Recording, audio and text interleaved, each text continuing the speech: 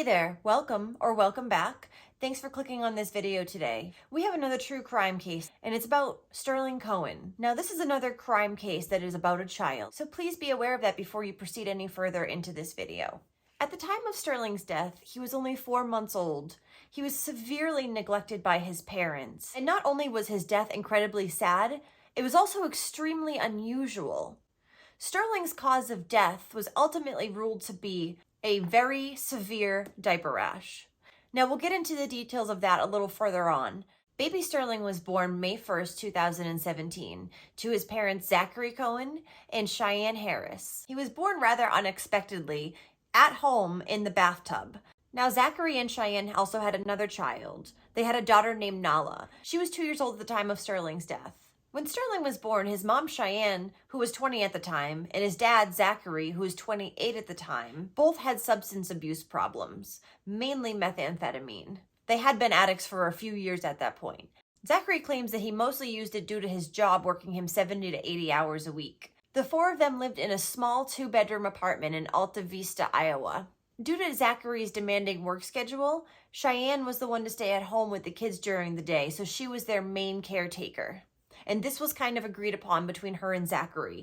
He also had a very weak stomach and could not change diapers or do puke or anything like that. So it was more or less an agreement that she was the main caretaker and he would take care of things, I assume, if she couldn't handle them or if she wasn't available to. That's not how it ended up happening, however, but that's what I'm assuming the agreement was. With that in mind, as Zachary said that he had been working many hours that week, at the time the 911 call was made, he was at home. On August 30th, 2017, there was a 911 call placed by Zachary Koehn saying that his baby, Sterling, had died and he believed it was due to sudden infant death syndrome. This couldn't be any farther from the truth. However, this was yet to be discovered. In the 911 call, you can hear just how calm Zach is. I'm going to go ahead and play that for you now. Chickasaw County 911. This is Zach Cohen. The ambulance sent here to my apartment. Okay, what's your address, Zach? 107 South Hilltop Avenue in Alta Vista. Okay, what's going on? Around 9, my girlfriend went to feed our son, and then about 11 or 11:30, she went to check on him, and he was gone. Gone meaning? He died. Okay.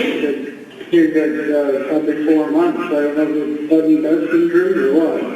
Okay, so you live at 107 South Hilltop in Alta Vista? What, Apartment 7. apartment 7? Okay, and your son's 4 months old, and the last time that you was checked on was 9? No, it was when she was pregnant at 9. Okay. And she was nervous. She was checked on her, nervous cry or whatever. So probably about 11:30, 11:40, she went to check on her, and she passed away. Okay, so that's the last time they checked on. Okay, what's your phone number there, Zach? 406-223-2190. Pretty sure it's the last time she checked. She told me out, so I'm sorry. Okay, I'll get them paged out, okay? I'm going to send an ambulance and everybody up there, okay? Okay, thanks. All right, thanks. When the first responders first got to the apartment, Zachary led them back to the bedroom where Sterling was. They noted that it was very hot and very dark in the bedroom. They didn't even see a baby in there. They had no idea where he was. When Zachary led them over to where Sterling was, he was in a baby swing, facing away from the door on the opposite side of the room. The first thing that the first responders noticed was how bad it smelled. It reeked of urine and feces. Now, the bedroom that Sterling was in was actually right next to his parents' bedroom where his older sister Nala also slept. So there was a very thin wall between the two rooms. The EMT, Tony Frederick, noted at the time that she got to the scene that Zachary showed very little to no emotion in regards to Sterling. And when EMT Tony Frederick went to lift up the blanket, a swarm of bugs came out from underneath the blanket that was covering baby Sterling in his swing. Sterling was stiff, cold, and severely underweight. He only weighed 7 pounds, which was very close to the amount that he weighed at the time of his birth. It looked like little Sterling had been dead for quite some time. Tony Frederick took a stand during Zach's trial, and she had a very difficult time giving her testimony. Given the state she had found Sterling in, it had severely affected her and her mental health.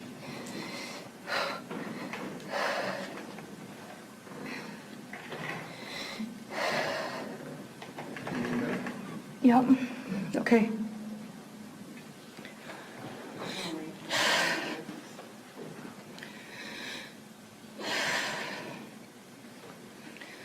Okay.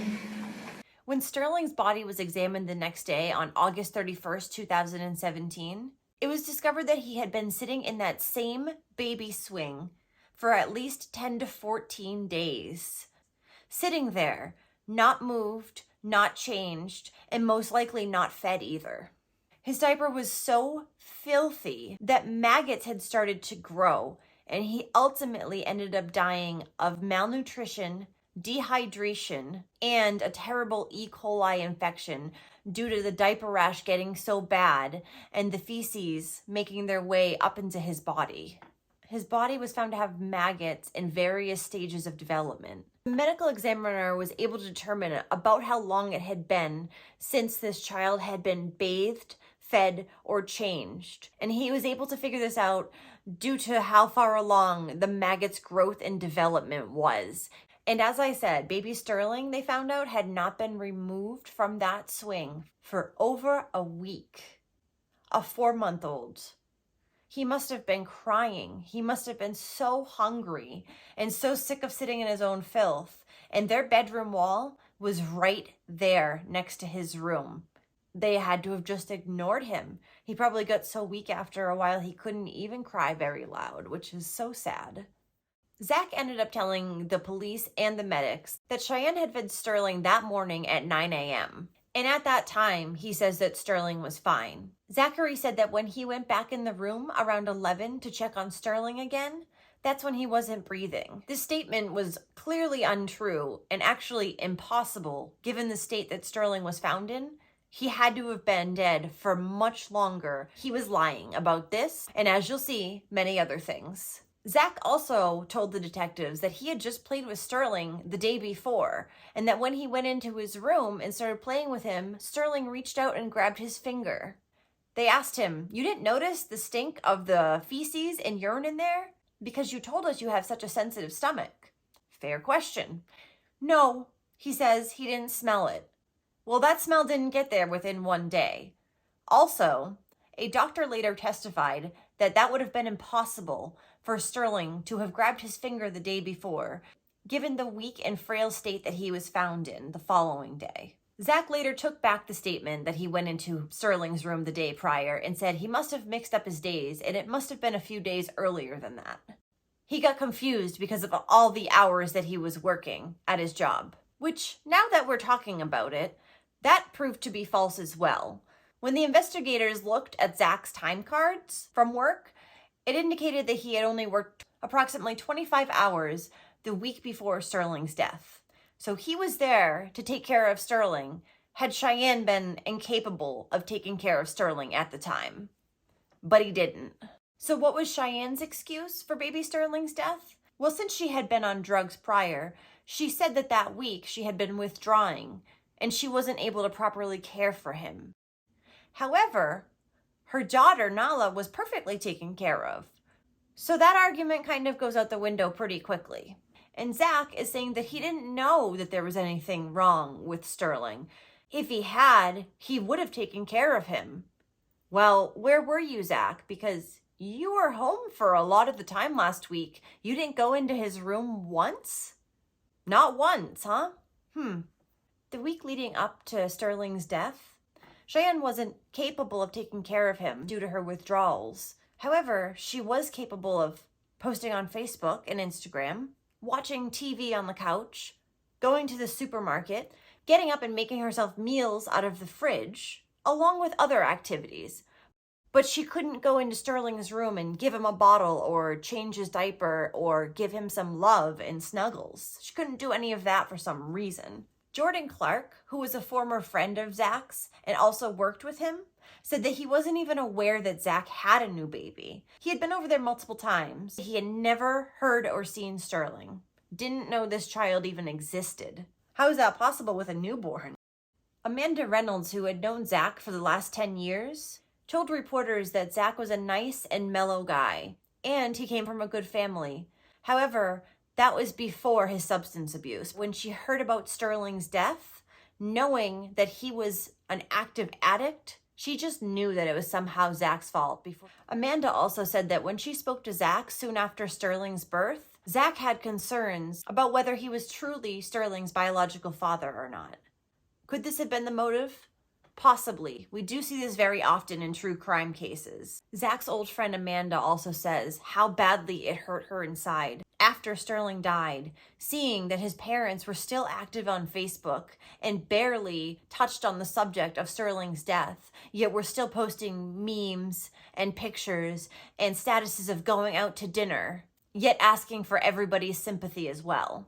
During the period between the time of Sterling's death in August and up until October 24th, Zach was a free man, and so was Cheyenne. On October 3rd, Zach actually posted a photo saying that the couple was loving the clean life. "We have joined you," one person commented. "We're proud of you guys. It really is so much better. Hard to stay awake at times, but we get past it," Zach replied. The couple also showed off new tattoos less than 2 months after Sterling had died. Real nice. Real nice. They weren't even in memoriam of Sterling. Another thing that Zach posted was this photo captioned, "The dark is afraid of me," on September 24th, less than a month after Sterling had died.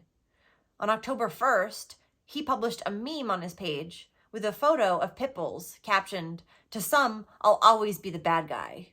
Someone replied to this post, "You are a bad guy. Who does this to a beautiful baby? And to think you had another one in that house the whole time. Do you get what trauma you put your baby daughter through? And all the while, your son was dead in his baby swing? You sick, twisted fuck." Also, on September 21st, he spoke about how upset he was that his daughter had been taken away from the couple. It didn't look like either one of them showed any remorse for Sterling's death. And they were both very clearly to blame. They were both arrested a few months after Sterling's death. I think they should have been arrested immediately, looking at Sterling's condition. He was severely underweight. He was sitting in filth so bad that there was flies in it. And his body was cold when his parents said that he was just fine a few hours ago. That is so suspicious right there. I don't know how it took them so long, honestly, but when they were finally sent to trial, Zach tried to pin this all on Cheyenne by saying that he trusted the wrong person. He trusted the wrong person to take care of his kids. He didn't admit to the fact that he had also been there for much of the time. He made it seem like he was barely at the house at all. They both got sentenced anyways. Cheyenne was convicted of first-degree murder and child endangerment in February of 2019. It took until November of the same year for Zach to be charged, and he was charged with the exact same crimes as Cheyenne was. They were both sentenced to life in prison, which I think is what they deserve. I'm glad neither one of them will ever be getting out. Cheyenne, however, has had an interview behind prison walls, and to this day, she still blames the drugs and seems to show no remorse for baby Sterling. It's so sad. How can you do that to such a little baby when all they want is food and love and affection, and you just let him sit there and cry and ultimately rot? It's so cold. It's so awful to think that they could have just been sleeping in the room next door while poor Sterling was starving and while he was sick because of the E. coli infection he was suffering with. That poor baby. Drugs can turn people into monsters. Do I believe that Sterling was neglected because Cheyenne was too high or because her withdrawals were so bad? No, absolutely not. She and Zach purposely neglected baby Sterling, which subsequently led to his murder. However, had the pair never been addicted to drugs in the first place, I feel like this probably would have gone down a lot differently. I feel like a lot of this happened due to their altered mind state over a long period of time because of substance abuse. This is just my opinion on the matter. Sterling lived a very short and painful life due to his two terrible excuses for parents. Why they couldn't have just dropped this baby off at a fire station, I will never understand. If you don't want him, give him to somebody else. Why do you feel the need to keep him and kill him? I just don't get it. Well, thank you for joining me today and listening to Sterling Koehn's entire story. If you love true crime, don't forget to subscribe below and check back next week, because there's going to be a new true crime case for you to watch here on A Wicked World. Bye now.